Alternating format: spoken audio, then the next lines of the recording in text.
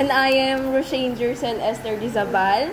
And we are from Central Luzon State University, College of Education under the Department of Early Childhood and Elementary Education.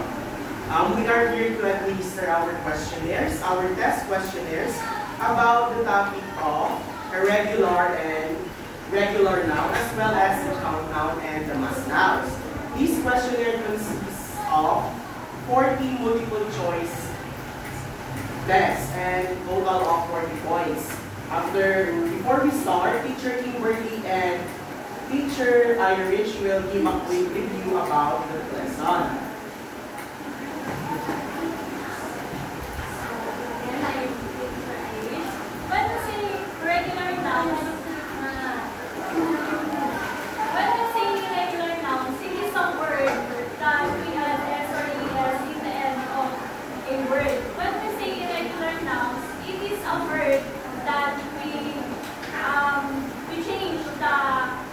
We change spelling. For example, is child. Magiging children siya. Mag-y naman yung end ng isang word, like baby. Ang gagawin lang natin is change natin yung y to y and mag-aan tayo na Yes, very good.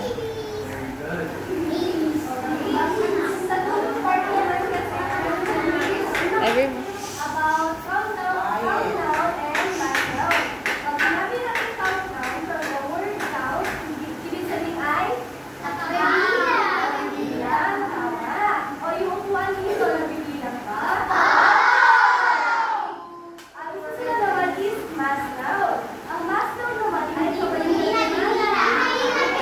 very good. Ang isang example naman ay salt. Nabibilang ba yung salt?